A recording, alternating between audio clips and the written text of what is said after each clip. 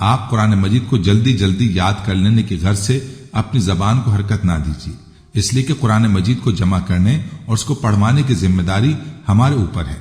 زبانی یاد کرنے اور کرانے کے ساتھ ہی سرکار دو عالم صلی اللہ علیہ وآلہ وسلم نے آیات کی حفاظت کے لیے کتابت یعنی لکھوانے کا بھی خوب اہتمام فرمایا۔ نزول کے ساتھ ہی بلا تاخیر آیات قلم بند کرا دیتے تھے۔ قرآن کریم میں ہے، چنانچہ رسول اللہ صلی اللہ علیہ وسلم پر جب بھی کوئی آیت نازل ہوتی تو بلا تاخیر جو لکھنا جانتے تھے ان میں سے کسی کو بلاتے اور ارشاد فرماتے، اس آیت کو اس صورت میں لکھو جس میں فلاں فلاں آیتیں ہیں۔ اور مجمع الزوائد میں یہاں تک ہے کہ رسول اللہ صلی اللہ علیہ وآلہ وسلم کو حضرت جبریل علیہ السلام قرآن مجید لکھواتے تھے۔ مسند احمد کی ایک روایت یہ بھی ہے کہ آپ صلی اللہ علیہ وآلہ وسلم نے ارشاد فرمایا، یعنی حضرت جبریل علیہ السلام نے آ کر مجھے فلاں آیت کو فلاں جگہ رکھنے کا حکم دیا۔ غرض یہ کہ سرکار دو عالم صلی اللہ علیہ وآلہ وسلم آیات لکھوانے کا بھی خوب اہتمام فرماتے تھے اور لکھوانے کے بعد سن بھی لیتے تھے۔ اگر کوئی فروغ گزاشت ہوتی تو اس کی اصلاح فرما دیتے تھے۔ پھر یہ لکھی ہوئی آیت آپ صلی اللہ علیہ وآلہ وسلم اپنے پاس محفوظ فرما لیتے تھے۔ صحابہ کرام رضوان اللہ علیہم اجمعین بھی آپ صلی اللہ علیہ وآلہ وسلم کے پاس جا کر لکھتے اور آپ صلی اللہ علیہ وآلہ وسلم کے پاس سرکار سناتے تھے۔ اسی طرح صحابہ کرام صلی اللہ علیہ وآلہ وسلم کی لکھائی ہوئی آیات بھی موجود تھیں۔ بعض کے پاس پورا قرآن مجید لکھا ہوا تھا۔ نزول قرآن مجید کے زمانے میں ایجادات اور مصنوعات کی کمی ضرور تھی۔ جس طرح آج قلم، کاغذ، دوات کی بے شمار قسمیں دریافت ہیں، اس زمانے میں اتنی ہرگز نہ تھیں۔ لیکن ایسا بھی نہیں کہ اس وقت کاغذ اور کتابیں دریافت نہ تھیں۔ یمن، روم اور فارس میں کتب خانے بھی تھے۔ یہود و نصارہ کے پاس کتابوں کا ذخیرہ بھی موجود تھا۔ اس زمانے میں کاغذ وغیرہ کی صنعتیں بھی تھیں، لیکن بڑے پیمانے پر نہ ہونے کی وجہ سے کاغذ وغیرہ ہر جگہ دریافت نہ تھے۔ اس لیے لکھنے کے لیے جو بھی چیز قابل اور پائیدار سمجھ میں آتی اس پر لکھ لیا جاتا۔ قرآن مجید کی کتابت کے لیے بھی اس وقت کی ایسی پائیدار چیزیں استعمال کی گئیں جن میں حوادث و آفات کے مقابلے کی صلاحیت نسبتاً زیادہ تھی تاکہ مدت دراز تک محفوظ رکھا جا سکے۔ قرآن کی تحقیق کے مطابق کتابت قرآن میں درج ذیل حافظ ابن حجر کی تحقیق کے مطابق کتابت قرآن میں درج ذیل چیزیں استعمال کی گئیں۔ الف، زیادہ تر پتھروں کی چوڑی اور پتلی سلوں لخاف کو استعمال کیا گیا، اسے ہم سلیٹ کہہ سکتے ہیں۔ بے، اونٹوں کے مونڈوں کی چوڑی گول ہڈیوں کتف پر بھی لکھا گیا۔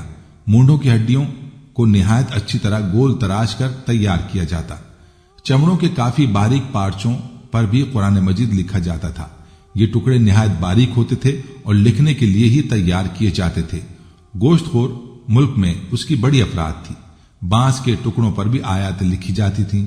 درخت کے چوڑے اور صاف پتے بھی کتابت کے لیے استعمال ہوتے تھے۔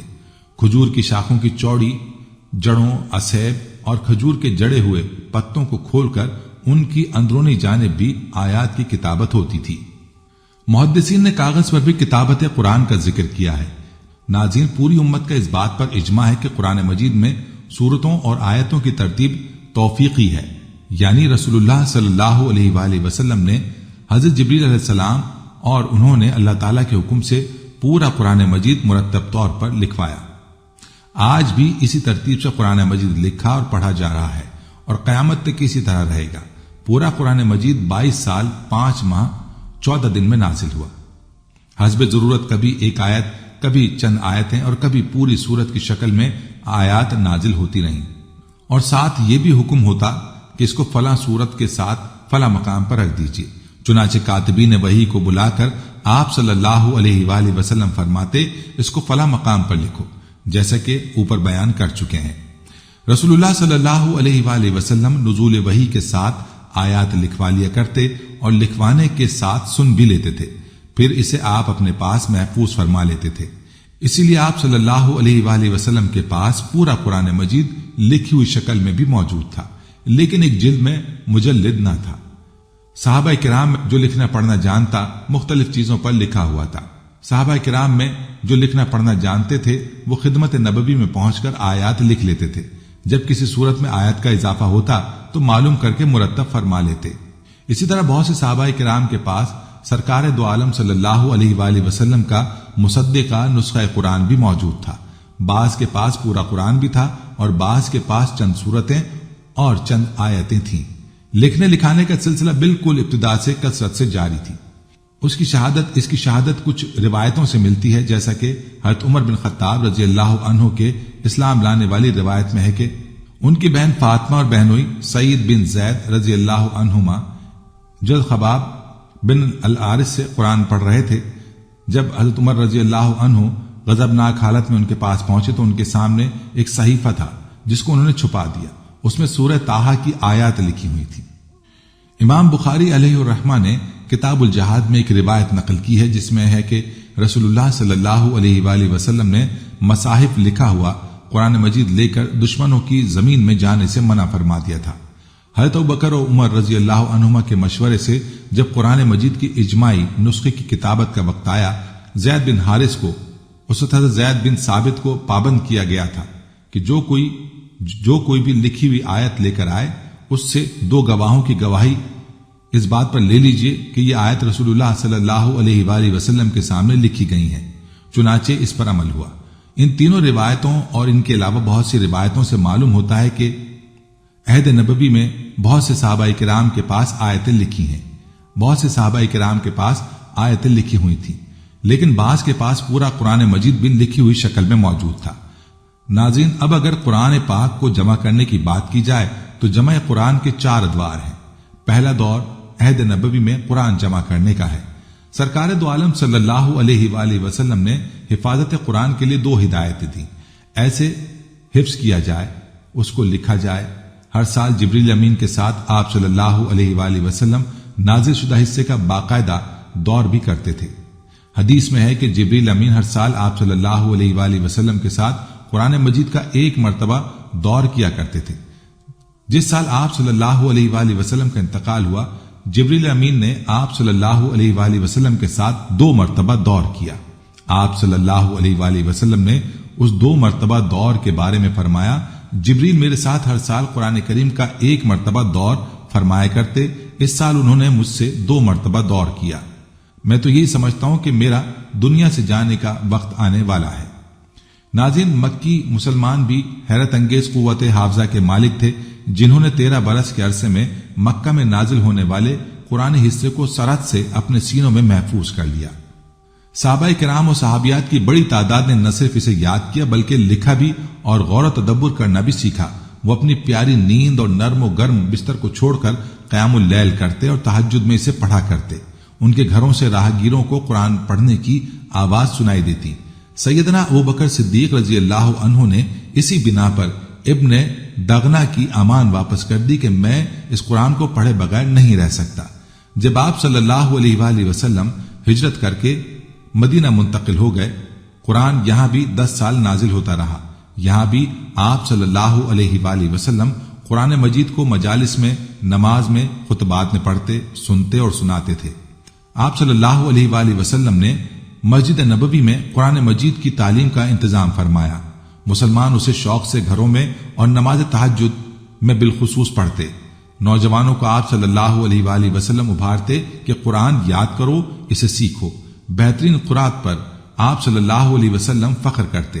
سیدنا ابو موسیٰ اشعری رضی اللہ عنہ کی تلاوت سن کر آپ صلی اللہ علیہ وآلہ وسلم نے فرمایا، اگر تم دیکھتے تو آج رات میں نے تمہاری تلاوت سنی تو تم آل داؤد کی نغمگی عطا کیے گئے ہو۔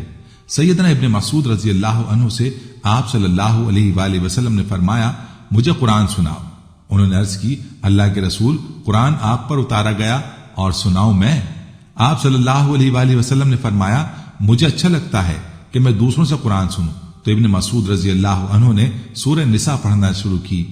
جب وہ اس آیت پر پہنچے تو آپ صلی اللہ علیہ وآلہ وسلم نے فرمایا، بس کافی ہے۔ ابن مسعود فرماتے ہیں کہ جب میں نے رک کر آپ صلی اللہ علیہ وآلہ وسلم کی طرف دیکھا تو آپ کی آنکھوں سے آنسو چھلک رہے تھے۔ آپ صلی اللہ علیہ وآلہ وسلم نے یہ بھی فرمایا کہ میں اشعری ساتھیوں کو ان کی آوازوں سے پہچان لیتا ہوں جب وہ رات میں داخل ہو کر قرآن پڑھتے ہیں، اور میں رات میں ہی ان کی قرآنی آوازوں سے ان کے گھروں کو پہچانتا ہوں، اگرچہ میں نے ان کے گھروں کو نہیں دیکھا جب وہ دن کے وقت نکلتے ہیں۔ آپ صلی اللہ علیہ وآلہ وسلم نے صحابہ کو صرف قرآن کے معنی اور عمل ہی نہیں سکھائے بلکہ اسے حفظ بھی کراتے۔ جب بھی کوئی شخص ہجرت کر کے مدینہ آتا، آپ صلی اللہ علیہ وآلہ وسلم اسے انصار و مہاجرین کے سپرد کر دیتے تھے کہ اسے قرآن سکھائیں۔ اسی طرح مسجد نبوی میں قرآن سیکھنے اور سکھانے والوں کی اتنی تعداد رہتی کہ ان کی آوازوں کا شور ہوتا اور نبی اکرم صلی اللہ علیہ وسلم کو تاکید کرنا پڑتی کہ اپنی آواز کو پست رکھا کرو تاکہ مغالطہ پیش نہ آئے۔ نیز صحابہ کی بڑی تعداد اطراف مدینہ میں جا کر قریہ اور بستی بستی قرآن سکھاتی رہی۔ اسی طرح ان نوجوانوں کی قوت حافظہ بہت کام آئی اور سینکڑوں حفاظ تیار ہو گئے، جن میں خلفائے اربعہ عبداللہ بن مسعود، حذیفہ، سالم مولی ابن حذیفہ، ابی بن کعب، معاذ بن جبل، زید بن ثابت، ابو دردہ، طلحہ، سعد، ابو ہریرہ، عبداللہ بن عمر، ابن عباس، عبادہ بن صامت، عبداللہ بن عمر بن عاص، انس بن مالک، امیر معاویہ، فضالۃ بن عبید، مسلم بن مخلد، ابو زید بن سکن اور عبداللہ بن صائب، جبکہ خواتین میں عائشہ، حفصہ، ام سلمہ اور ام درقہ رضی اللہ عنہا شامل ہیں۔ ان کی تعداد کا اندازہ اس بات سے بخوبی ہو جاتا ہے، غزوہ بئر معونہ کے موقع پر جن 70 صحابہ کو شہید کیا گیا وہ قرا کہلاتے تھے اور حفاظ قرآن تھے۔ سیدنا ابوبکر صدیق رضی اللہ عنہ کے دور خلافت میں جنگ یمامہ کے موقع پر 70 قرا صحابہ شہید تھے۔ خلافت راشدہ کے 30 سالہ عرصے میں اسلام کی دعوت مشرق و مغرب تک پھیلی۔ ہر مجاہد کے گھر میں قرآن ہوتا اور تلوار لٹکی ہوتی۔ شب و روز کی مسافت اور غریب الدیاری نے انہیں قرآن سے بھی چمٹائے رکھا۔ گھروں، محلوں اور مساجد میں یہ حفظ بھی ہوتا رہا اور تلاوت بھی۔ آج بھی مسلمانوں کے سینوں میں یہ قرآن محفوظ ہے۔ اس امت کی یہ صفت ہے، ان کے سینوں میں ان کی اناجیل ہوں گی۔ اہل کتاب اپنی کتاب کو حفظ نہ کر سکے، بس انہوں نے لکھا ہے اور لکھے کو پڑھتے ہیں۔ اگر خدا نخواستہ قرآن کی ساری کاپیاں بھی کسی حادثے میں تلف ہو جاتی ہیں تو ہزاروں نہیں بلکہ لاکھوں مسلمان اپنے حفاظ کے ذریعے اسے دوبارہ لکھوا سکتے ہیں۔ آپ صلی اللہ علیہ وآلہ وسلم کے دور میں بھی قرآن ایک شکل میں محفوظ نہیں تھا بلکہ پھیلا ہوا تھا، لیکن سب کو یہ معلوم تھا کہ جب ہم قرآن پڑھتے ہیں تو سب سے پہلے سورہ فاتحہ ہے، پھر سورہ بقرہ اور آل عمران اور آخر میں سورہ ناس ہے۔ حفاظت قرآن کا اصل دار و مدار تو حفظ تھا، مگر نبی اکرم صلی اللہ علیہ وآلہ وسلم نے قرآن کی کتابت کا بھی اہتمام کر ڈالا۔ یہ بھی قرآن مجید کا جمع کرنا ہے۔ نزول کے بعد آپ صلی اللہ علیہ وآلہ وسلم کاتبان وحی کو جبریل امین کی ہدایت کے مطابق فرماتے تھے کہ یہ آیت نازل ہوئی ہیں، جنہیں فلاں سورت کی فلاں آیت کے سرے پر رکھو اور لکھو۔ اس طرح قرآن کریم کے ایک ایک حرف، آیت، سورت کو کتابت کے ذریعے آپ صلی اللہ علیہ وآلہ وسلم نے صحیفوں اور سطور میں ترتیب دے کر محفوظ کر دیا۔ امام حاکم مستدرک میں فرماتے ہیں کہ قرآن کریم 3 بار جمع کیا گیا۔ پہلی بار آپ صلی اللہ علیہ وآلہ وسلم کی موجودگی میں، دوسری بار سیدنا ابوبکر صدیق رضی اللہ عنہ کی موجودگی میں، اور تیسری بار سیدنا عثمان رضی اللہ عنہ کے عہد میں۔ یوں قرآن کریم مرتب صورت میں کتابی شکل میں بھی محفوظ ہو گیا۔ اس کتابت کے بارے میں سیدنا زید بن ثابت رضی اللہ عنہ فرماتے ہیں کہ قرآن کی جو آیات نازل ہوتی آپ صلی اللہ علیہ وآلہ وسلم مجھے لکھوا دیتے، اس کے بعد میں آپ صلی اللہ علیہ وآلہ وسلم کو سناتا۔ اگر اصلاح کی ضرورت ہوتی تو آپ صلی اللہ علیہ وآلہ وسلم اصلاح فرما دیتے، جو اس کے بعد اس لکھے ہوئے کو میں لوگوں کے سامنے لاتا اور جو کچھ بھی لکھا جاتا وہ آپ صلی اللہ علیہ وآلہ وسلم کے گھر میں رکھ دیا جاتا تھا۔ اس دور میں قرآن کاغذوں پر لکھا جاتا نہ ہی باقاعدہ مصحف کی صورت میں تھا، بلکہ متفرق طور پر پتھروں کی تختیوں، چمڑے کے ٹکڑوں، درختوں کی چھالوں اور چوڑی ہڈیوں پر لکھا جاتا تھا۔ اسی لیے تو سیدنا زید رضی اللہ عنہ کا یہ کہنا ہے کہ آپ صلی اللہ علیہ وآلہ وسلم کا انتقال ہوا اور قرآن کریم کسی بھی شے میں جمع نہ تھا۔ کتابت وحی کا کام دیگر صحابہ بھی کرتے تھے۔ کاتبین وحی میں حضرت ابوبکر، عمر، عثمان، علی، عبداللہ بن سرحہ، زبیر بن عوام، خالد بن سعید بن عاص، ابان بن سعید بن عاص، خالد بن ولید، معاویہ، مغیرہ بن شیبہ، عمر بن عاص، عامر بن فہیرہ اور عبداللہ بن رواحہ رضی اللہ تعالی عنہم بھی شامل ہیں۔ آپ صلی اللہ علیہ وآلہ وسلم کی زیر نگرانی جو کتابت قرآن ہوئی وہ 7 حروف پر مشتمل تھی۔ اس کی آیات کی ترتیب توفیقی تھی۔ آپ صلی اللہ علیہ وآلہ وسلم جہری نماز کی قرأت میں عموماً اختیار اسی ترتیب کو ہی اختیار فرماتے، حتیٰ کہ سورتوں سے قبل بسم اللہ کی تحریر بھی حضرت صلی اللہ علیہ وآلہ وسلم کے حکم سے کی گئی۔ اس کی دلیل یہ حدیث ہے جو امام نسائی اپنی سنن کبریٰ میں روایت کرتے ہیں۔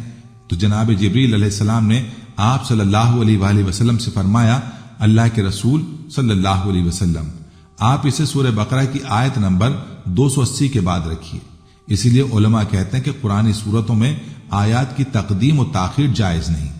ناظرین، قرآن کریم کو جمع کرنے کا دوسرا عہد صدیقی ہے۔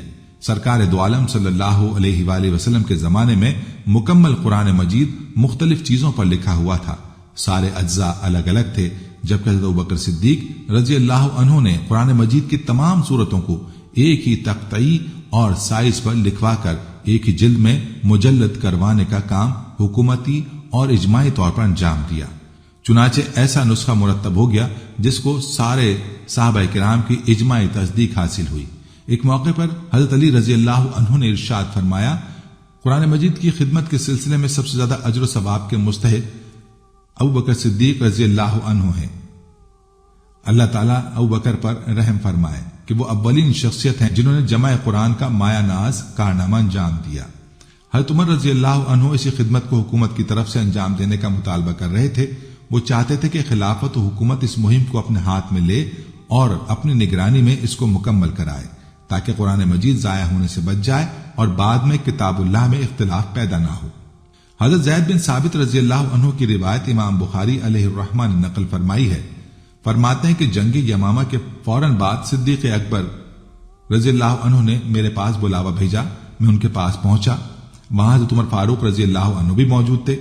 حضرت ابوبکر رضی اللہ عنہ نے بھی آ کر مجھ سے مخاطب ہوئے، جنگ یمامہ میں حفاظ کرام کی ایک بڑی تعداد شہید ہو گئی ہے۔ اگر آئندہ لڑائیوں میں اس طرح حفاظ شہید ہوتے رہے تو مجھے اندیشہ ہے کہ کہیں قرآن کریم کا بڑا حصہ ناپید نہ ہو جائے، لہٰذا میری رائے ہے کہ آپ قرآن مجید جمع کرنے کا حکم دے دیں۔ میں نے کہا، جو کام رسول اللہ صلی اللہ علیہ وآلہ وسلم نے نہیں کیا وہ ہم کیسے کریں؟ عمر نے جواب دیا کہ باخدا یہ کام بہتر ہے۔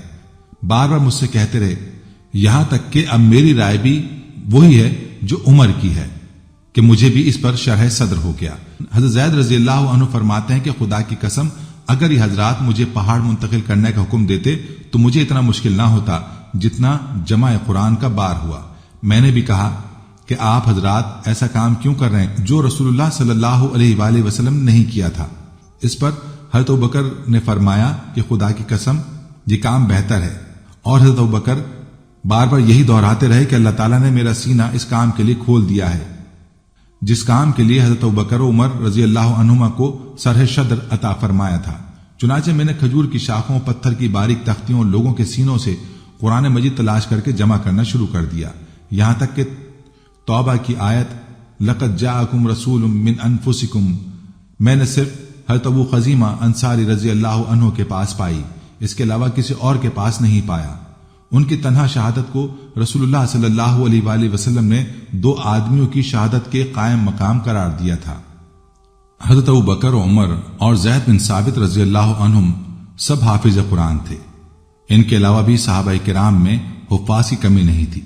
اگر حضرت زید چاہتے تو اپنے حافظے سے پورا قرآن مجید لکھ دیتے، یا حافظ صحابہ کرام کو اکٹھا کر کے اسی طرح محض رسول اللہ صلی اللہ علیہ وآلہ وسلم کے زمانے کی لکھی ہوئی آیتوں سے بھی قرآن مجید لکھا جا سکتا تھا، لیکن حضرت ابوبکر صدیق نے بیک وقت سارے وسائل کو بروئے کار لانے کا حکم فرمایا، خود بھی شریک رہے اور حضرت عمر رضی اللہ عنہ کو بھی حضرت زید کے ساتھ لگایا۔ حضرت عمر رضی اللہ عنہ نے اعلان کیا کہ جن لوگوں نے کچھ بھی آیات رسول اللہ صلی اللہ علیہ وآلہ وسلم سے لکھی ہو وہ سب لے کر آئیں۔ چنانچہ جب کوئی لکھی ہوئی آیت آتی تو بلا چوں چرا قبول نہ کی جاتی، بلکہ اس پر 2 گواہی طلب کی جاتی۔ جمع قرآن میں اور بھی کئی باتیں پیش نظر رکھی گئیں۔ سب سے پہلے حضرت زید اپنی یادداشت سے اس کی تصدیق فرماتے تھے۔ نمبر 2، حضرت ابوبکر صدیق نے حضرت زید اور حضرت عمر دونوں حضرات کو حکم دیا تھا کہ آپ دونوں حضرات مسجد نبوی کے دروازے پر بیٹھ جائیں، پھر جو کوئی آپ دونوں کے پاس کتاب اللہ کی کوئی آیت 2 گواہوں کے ساتھ لے کر آئے اس کو آپ دونوں لکھ لیجئے۔ رسول اللہ صلی اللہ علیہ وآلہ وسلم کے سامنے کتابت ہونے پر گواہیاں لی جانے کی کیا وجہ تھی؟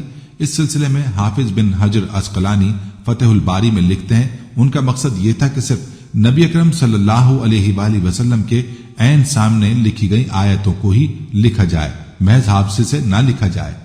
لکھنے کے بعد صحابہ کرام کے پاس موجود لکھے ہوئے مجموعوں سے ملایا جاتا تاکہ یہ مجموعہ متفقہ طور پر قابل اعتماد ہو جائے۔ جب اجتماعی تصدیق کے ساتھ قرآن مجید کی جمع و تدوین کا کام مکمل ہو گیا تو صحابہ کرام نے آپس میں مشورہ کیا کہ اس کو کیا نام دیا جائے۔ چنانچہ بعض صحابہ کرام نے اس کا نام صفر رکھا، لیکن یہ نام یہودیوں کی مشابہت کی وجہ سے پاس نہیں ہوا۔ آخر میں مصحف نام پر سارے صحابہ کرام کا اتفاق ہو گیا۔ قرآن مجید کا یہ متفق علیہ نسخہ حضرت ابوبکر صدیق کے پاس ان کی وفات تک رہا، پھر حضرت عمر رضی اللہ عنہ کے پاس رہا۔ جب ان کی بھی وفات ہو گئی تو ام المومنین حضرت حفصہ بنت عمر رضی اللہ عنہا کے پاس محفوظ رکھا گیا۔ جیسے کہ بخاری شریف کے حوالے سے گزر چکا ہے، حضرت عثمان رضی اللہ عنہ نے ان کے پاس سے ہی منگوا کر نقل تیار کروائے۔ دوسرے صحابہ کرام کے پاس بھی قرآن مجید لکھا ہوا تھا، لیکن جن خصوصیات کا حامل حضرت ابوبکر صدیق رضی اللہ عنہ والا اجماعی نسخہ تھا، ان سے دوسرے سارے نسخے خالی تھے۔ اسی وجہ سے صحابہ کرام رضی اللہ عنہم کے درمیان اسے کہا جاتا تھا۔ اس کی خصوصیات درج ذیل ہیں۔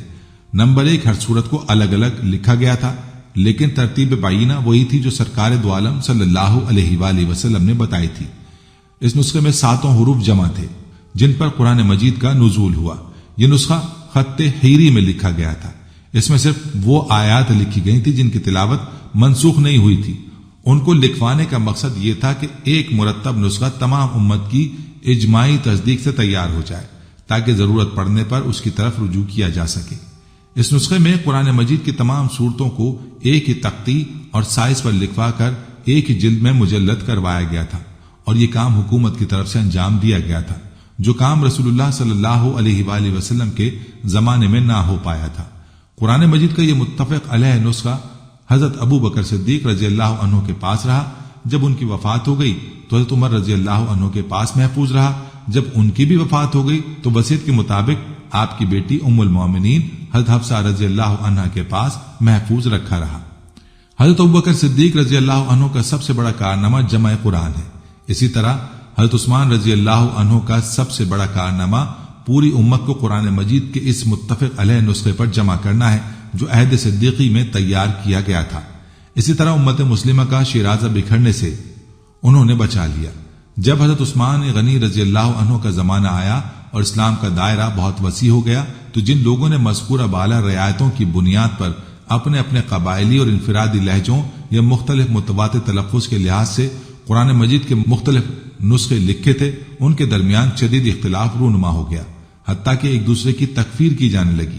تو صحابہ کرام کے مشورے سے حضرت عثمان رضی اللہ عنہ نے حضرت ابوبکر صدیق رضی اللہ عنہ کے تیار کردہ متفق علیہ نسخوں پر امت کو جمع کیا، اور اس کے علاوہ سارے نسخوں کو طلب کر کے نظر آتش کر دیا تاکہ نہ رہے بانس نہ بجے بانسری۔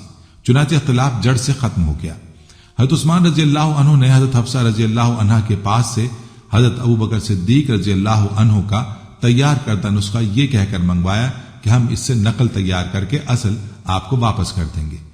چنانچہ حضرت حفصہ رضی اللہ عنہ نے وہ نسخہ بھیج دیا، اور حضرت عثمان غنی رضی اللہ عنہ نے 3 قریشی اور چوتھے انصاری صحابی کو 5 یا 7 نسخے لکھنے کا حکم فرمایا۔ قریشی صحابی میں حضرت عبداللہ بن زبیر، سعید بن عاص اور عبد الرحمن بن الحارث بن حشام رضی اللہ عنہم تھے، اور انصاری صحابی سے مراد حضرت زید بن ثابت رضی اللہ عنہ ہیں۔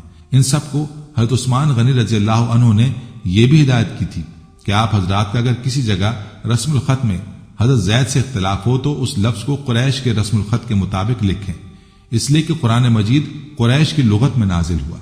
معتبر روایتوں سے معلوم ہوتا ہے کہ پورے قرآن مجید کے کسی بھی لفظ میں ان لوگوں کا اختلاف نہیں ہوا۔ ہاں، سورہ بقرہ میں ایک لفظ التابوت ہے، اس کے بارے میں حضرت زید کی رائے گول تے سے لکھنے کی تھی، اور حضرت سعید بن العاص لمبی تے سے لکھنا چاہتے تھے۔ جب یہ بات حضرت عثمان رضی اللہ عنہ کے پاس پہنچی تو آپ نے لمبی تے سے لکھنے کا حکم دیا۔ واضح ہے کہ مذکورہ بالا 4 حضرات مجلس کتابت کے اساسی رکن تھے، ان کے علاوہ دوسرے حضرات کو بھی ان کے ساتھ کیا گیا تھا۔ فتح الباری میں ہے کہ حضرت عثمان رضی اللہ عنہ نے قریش اور انصار کے 12 افراد کو اس لیے جمع فرمایا تھا کہ ان میں مذکورہ 4 حضرات کے علاوہ ابی بن کعب، مالک بن ابی عامر، کثیر بن افلاح، انس بن مالک اور عبداللہ بن عباس رضی اللہ عنہم اجمعین خاص طور پر قابل ذکر ہیں۔ عہد عثمانی میں تیار کردہ نسخوں کی خصوصیات کچھ اس طرح بیان کی گئی ہے۔ حضرت ابوبکر صدیق رضی اللہ عنہ کے عہد خلافت میں جو نسخہ تیار ہوا تھا اس میں ساری صورتیں الگ الگ تھیں۔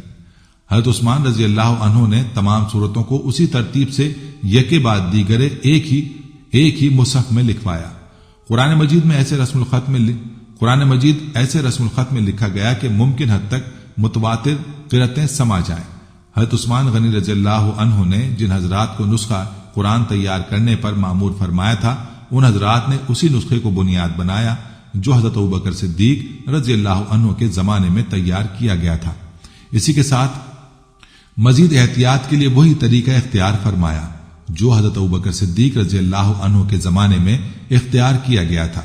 چنانچہ رسول اللہ صلی اللہ علیہ وآلہ وسلم کے زمانے کی متفرق تحریریں جو مختلف صحابہ کرام رضی اللہ عنہ کے پاس محفوظ تھیں، انہیں دوبارہ طلب کیا گیا اور ان کے ساتھ اثر نو مقابلہ کر کے یہ نسخے تیار کیے گئے۔ ناظرین، اگر عہد عثمانی میں تیار کردہ نسخوں کی تعداد کی بات کی جائے تو اس سلسلے میں دو اقوال ہیں۔ ایک قول ہے کہ حضرت عثمان رضی اللہ عنہ نے 5 نسخے تیار کروائے تھے، یہی قول زیادہ مشہور ہے، اور دوسرا قول یہ ہے کہ حضرت عثمان نے 7 نسخے تیار کرائے تھے۔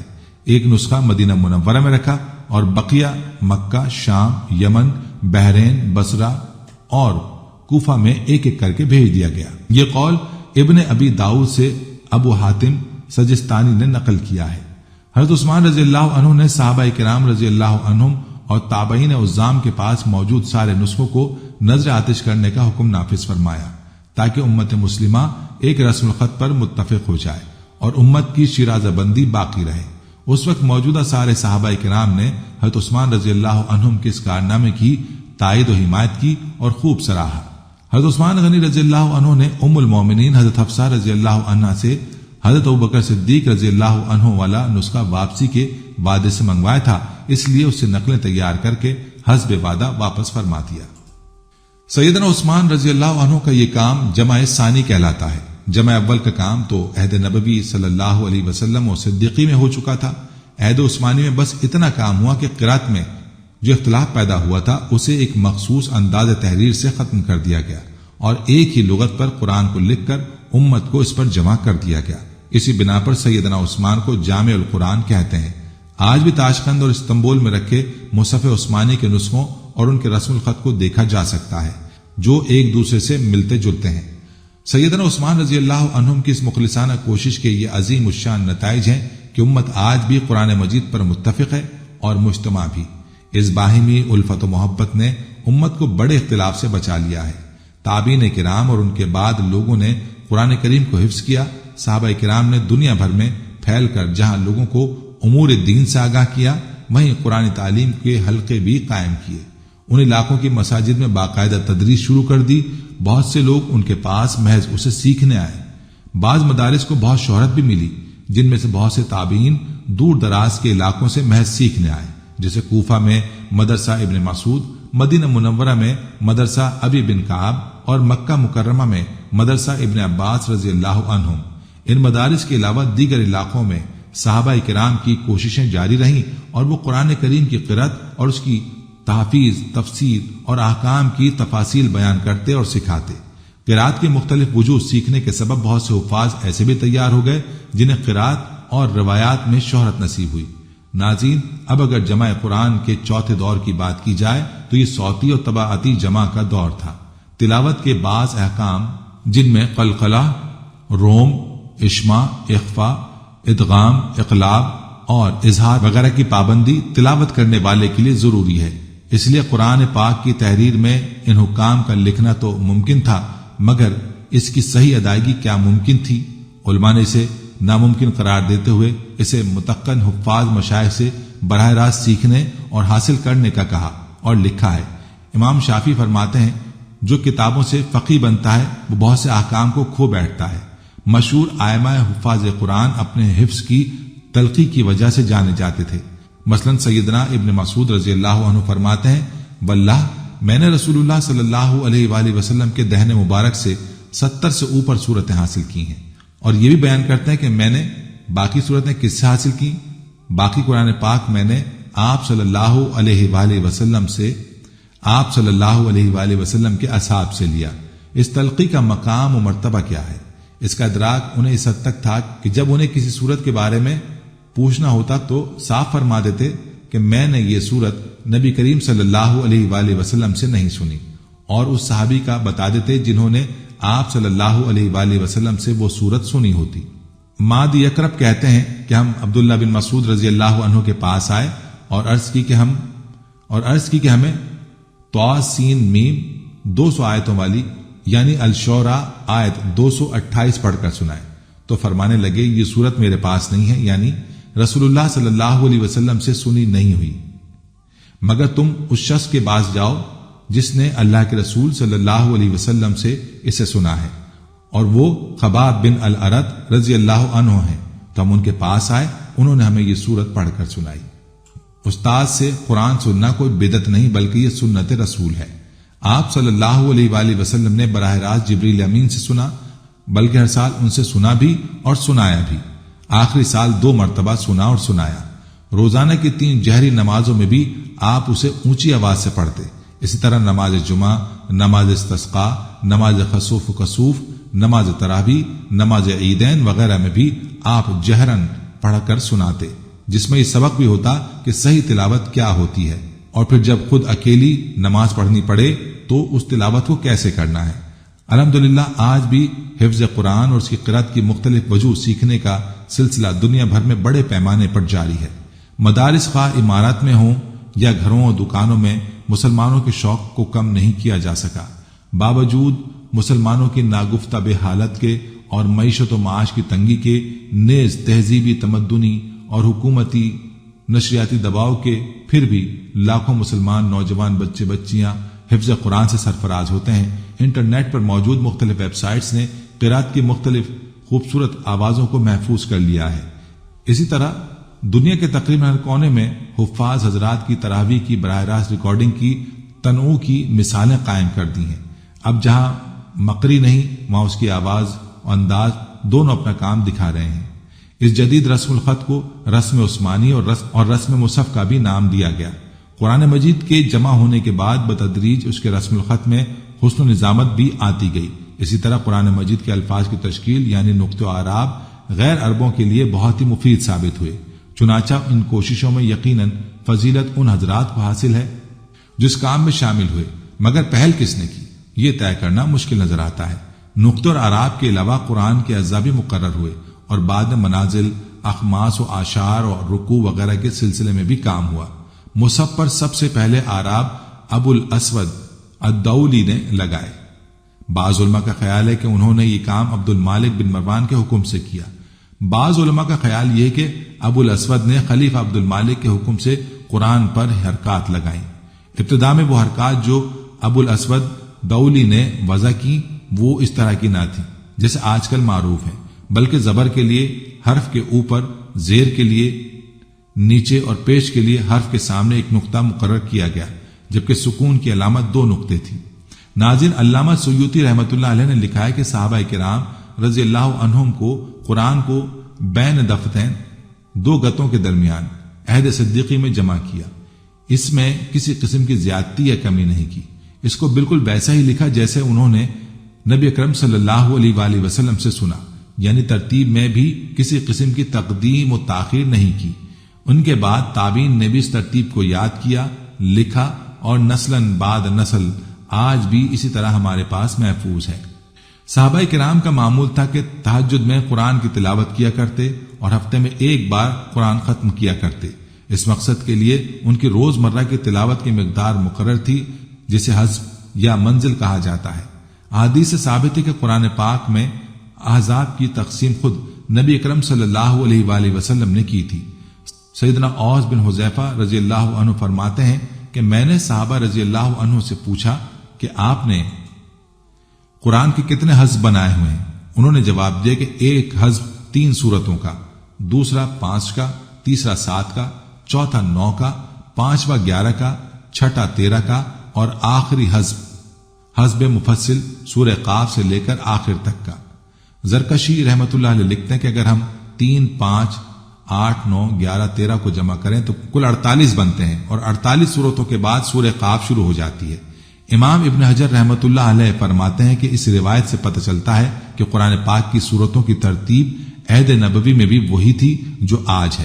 نیز یہی تقسیم سیدنا عثمان ذو النورین رضی اللہ عنہ کے مصحف میں ان کی ہفتے وار تلاوت کے نشانات سے بھی ملتی ہے۔ جناب ذو النورین رضی اللہ عنہ ہفتے میں ایک بار سارے قرآن مجید کی تلاوت فرمایا کرتے تھے۔ ناظرین، اگر قرآن کی اشاعت کی بات کی جائے تو ابتدا میں جب تک پریس ایجاد نہ ہوا تھا قرآن کریم کے تمام نسخے قلم سے لکھے جاتے تھے۔ پریس ایجاد ہونے کے بعد سب سے پہلے سن 1530 میں اٹلی کے شہر البندقیہ میں قرآن تباہ ہوا، مگر کلیسا اسے برداشت نہ کر سکا اور اسے ضائع کرنے کا حکم دیا۔ پھر جرمنی اور اٹلی کے مشترکین نے قرآن چھپوائے لیکن انہیں مقبولیت حاصل نہ ہو سکی۔ صحیح مصدقہ قرآن طباعت سب سے پہلے مولائی عثمان نے روس کے شہر سینٹ پیٹر برگ میں 1888 میں کی۔ اسی طرح قازان میں بھی قرآن کو تباہ کیا گیا۔ 1828 میں ایران کے شہر تہران میں پتھر پر قرآن چھاپا گیا۔ اس کے بعد ہندوستان میں کئی بار قرآن مجید شائع ہوا۔ 1877 میں ترکی کے شہر آستانہ استنبول میں قرآن کی طباعت ہوئی۔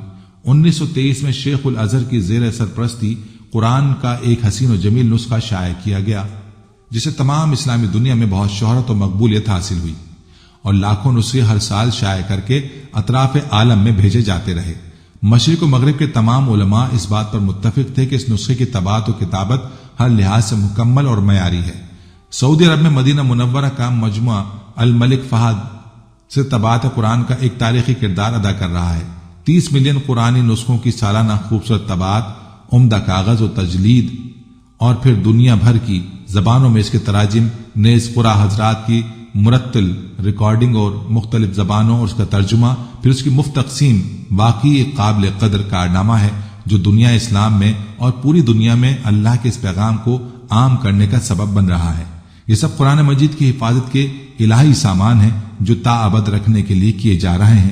ہر دور کے علماء کی یہ متفق رائے رہی ہے کہ مرتب مصحف کے مطابق ہی تلاوت ہونی چاہیے، یعنی ایک آیت کے بعد دوسری آیت یا ایک سورت کے بعد دوسری سورت تلاوت کرنی چاہیے۔ سینوں میں بھی اسی طرح محفوظ کیا جاتا ہے، نیز کتابت بھی اسی ترتیب سے ہونی چاہیے۔ ناظرین، یہ تھی کچھ معلومات قرآن کو ترتیب دینے کے حوالے سے جو ہم نے آپ تک پہنچانے کی کوشش کی ہے۔ آخر میں اللہ پاک سے دعا گو ہے کہ وہ ہمیں قرآن پاک سمجھ کر پڑھنے اور اس پر عمل کرنے کی توفیق عطا فرمائے، آمین۔ ہم امید کرتے ہیں کہ آپ کو ہماری آج کی یہ ویڈیو ضرور پسند آئی ہوگی۔ اگر آپ کو ہماری آج کی یہ ویڈیو پسند آئی ہے تو آپ سے گزارش کرتے ہیں کہ آپ ہمارے چینل کو ضرور سبسکرائب کر لیں اور ساتھ ہی لگے بیل کے بٹن کو بھی پریس کر لیں تاکہ آپ کے پاس ہماری آنے والی مزید معلوماتی ویڈیوز کا نوٹیفیکیشن بر وقت ملتا رہے۔ سبسکرائب کے ساتھ ساتھ ہماری ویڈیوز کو لائک بھی کریں اور اپنی قیمتی رائے کا اظہار کمنٹس میں ضرور کریں۔ کمنٹس میں آپ اپنے سوالات بھی ہم تک پہنچا سکتے ہیں۔ اللہ تعالیٰ آپ کو اپنے حفظ و امان میں رکھے، آمین۔ ہر ویڈیو کے اختتام پر ایک دعا کا سلسلہ شروع کیا ہوا ہے۔ جو بھی اس دعا میں شامل ہوگا، میرا یہ دعویٰ ہے کہ اللہ کریم اس کی تقدیر کو بدل دے گا۔ پہلے میرے تمام ساتھی، مائیں، بہنیں سب مل کر میرے ساتھ درود شریف پڑھ لیں اور کثرت کے ساتھ کمنٹس میں آمین لکھیں۔ اللہ اس آمین کو لکھنے کی برکت سے آپ کی اور میری تقدیر بدل دے گا۔ درود ابراہیمی پڑھ لیں۔ اللہم صلی علی محمد وعلی آل محمد کما صلیت علی ابراہیم وعلی آل ابراہیم انک حمید مجید۔ اللہم بارک علی محمد وعلی آل محمد کما بارکت علی ابراہیم وعلی آل ابراہیم انک حمید مجید۔ اے اللہ، ہم تیرے گناہگار بندے، ہم تیرے خطا کار بندے، ہم تیرے عاجز بندے تیری پاکی بیان کرتے ہیں اور تیرے آگے دعا کے لیے ہاتھ پھیلاتے ہیں۔ ہماری خطاؤں کو معاف فرما، ہمارے گناہوں کو معاف فرما۔ اے اللہ، ہم اپنے اگلے پچھلے صغیرہ کبیرہ، چھوٹے بڑے سبھی گناہوں، خطاؤں اور نافرمانیوں کی تجھ سے معافی مانگتے ہیں۔ اے اللہ، اے رب العزت، ہم اپنے گناہوں سے توبہ کرتے ہیں، ہماری توبہ قبول کر لے۔ اے پاک پروردگار، ہم سب کو سچا اور پکا مسلمان بنا دے، ہم سب کو اسلام پر استقامت نصیب فرما دے، ہمیں کامل اور پختہ ایمان والا بنا۔ اے پاک پروردگار تمام مسلمانوں کو خواب غفلت سے بیدار کر دے۔ اے اللہ ہمارے دین اسلام کی حفاظت فرما، مسلمانوں کو دین و دنیا میں عزت عطا فرما۔ اے عرش مولا کے مالک، اے حکمت والے، اے کائنات کے رب، ہمارے دلوں کو گمراہ ہونے سے بچا، جس طرح سے پہلی قومیں گمراہ ہوئی ہیں اور جس طرح سے پہلی قوموں نے اپنے انبیاء کی نافرمانی کی ہے۔ اے اللہ تو ہمیں ایسی نافرمانی سے بچا۔ اے اللہ تو ہمیں ان عذابوں سے بچا جو تو نے پچھلی قوموں پر نازل کیے ہیں۔ اے اللہ تو ہمیں ان تمام گناہوں سے بچا جن گناہوں میں پچھلی قومیں مبتلا ہوئی ہیں۔ اے مولا کریم تو ہماری حفاظت فرما ہر اس فعل سے جو تیری ناراضگی اور تیرے غضب کا سبب بنا۔ اے اللہ ہماری زندگی کو اپنی چاہت کے مطابق ڈھال دے، ہمیں صرف اور صرف نیکی کی توفیق عطا فرما، ہم نیکی کی باتوں کو سننے والے بن جائیں اور ان پر عمل کرنے والے بن جائیں، اور نیکی کی باتوں کو پھیلانے کی ہمیں توفیق عطا فرما۔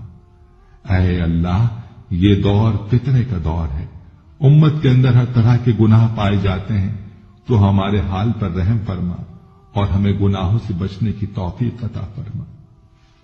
اے اللہ تو کریم ہے، تو رحیم ہے، تو رحمان ہے، تو غفور الرحیم ہے، تو ہمارے گزشتہ گناہوں کو معاف فرما دے اور آئندہ کے لیے ہمیں گناہوں سے بچنے کی توفیق عطا فرما۔ اے اللہ ہمارے تن من، ہمارے دل کو، دماغ کو، روح کو، جسم کو پاکیزہ بنا دے، ہمارے دلوں پر لگے زن کو، ہمارے دلوں پر جمی گندگی اور میل کو اپنی رحمت سے دھو ڈال۔ اے اللہ ہمیں اپنے عذاب اور رسوائی سے بچا۔ اے پاک پروردگار تمام مسلمانوں کی افلاس، سستی اور غفلت سے حفاظت فرما۔ یا اللہ اسلام کا بول بالا فرما، اسلام کا جھنڈا بلند فرما۔ اے اللہ کل امت محمدیہ کو حشر کی رسوائی سے پناہ عنایت فرما۔ اے اللہ ہم سے راضی ہو جا، ہمیں شیطان اور نفس کے شر سے بچا۔ اے پاک پروردگار ہمارے قدموں کو صراط مستقیم پر قائم رہنے والا بنا دے، ہم پر اپنی خاص رحمت نازل فرما اور اپنے قہر و غضب سے بچا لے۔ اے اللہ ہمیں ان لوگوں کی صحبت عطا فرما جو کہ تیرے پسندیدہ بندے ہوں، اور ہمیں تجھ سے قریب کر دیں، جو تیری یاد دلاتے رہیں اور ہمارے ایمان میں اضافے کا سبب بنے، اور ہماری نیکی کے سفر کی منزل جنت ہو اور تیری رضا کا حصول ہو۔ اے اللہ ہمیں وہ طاقت نہ دے جس سے ہم دوسروں کو کمزور کر دیں، ہمیں وہ دولت نہ دے جس کی خاطر ہم دوسروں کو غریب سمجھیں، ہمیں وہ علم نہ دے جسے ہم اپنے سینے میں چھپا کر رکھیں، ہمیں وہ بلندی نہ دے کہ ہمیں پستی میں کچھ نظر نہ آئے، ہمیں وہ سب کچھ دے جو ہم دوسروں میں بانٹ سکیں اور سب کے برابر ہو جائیں۔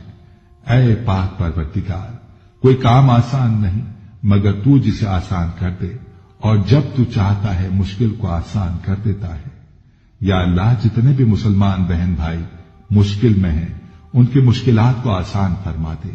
یا اللہ ہمیں کبھی بھی کسی بھی حالات میں مشکلوں اور پریشانیوں میں، خوشیوں میں، راحتوں میں کبھی بھی اکیلا مت چھوڑنا۔ اے پاک پروردگار ہماری کوشش یہی ہے کہ ہم نیکی کی بات کو پھیلائیں تاکہ تمام انسان ان گناہوں سے خود کو بچا سکیں جن گناہوں کی وجہ سے گزشتہ قوموں پر عذاب نازل ہوئے۔ اے مولا کریم نیکی کی ان باتوں کو پھیلانے میں تو ہماری مدد و نصرت فرما اور ہمیں نیکی کی باتوں کو پھیلانے کی توفیق عطا فرما۔ اے اللہ نیکی کی باتوں کو پھیلانے کی ہماری اس کوشش کو قبول فرما اور ہماری اس کاوش کو ہماری نجات کا ذریعہ بنا۔ یا اللہ ہماری ان تمام حاجات کو، ہماری ان تمام دعاؤں کو جو ہمارے لبوں سے ادا ہوئیں یا جو ہمارے دلوں میں ہیں، اپنے حضور شرف قبولیت عطا فرما۔ ہمیں اپنے در سے خالی ہاتھ نہ لوٹانا، ہماری جھولی کو بھر دینا۔ اے تمام جہانوں کے مالک دنیا سے رخصت ہوتے وقت ہماری زبان پر کلمہ طیبہ جاری فرمانا اور قیامت کے دن ہمیں اپنے عرش کے سائے میں جگہ عطا فرمانا۔ آمین آمین آمین یا رب العالمین۔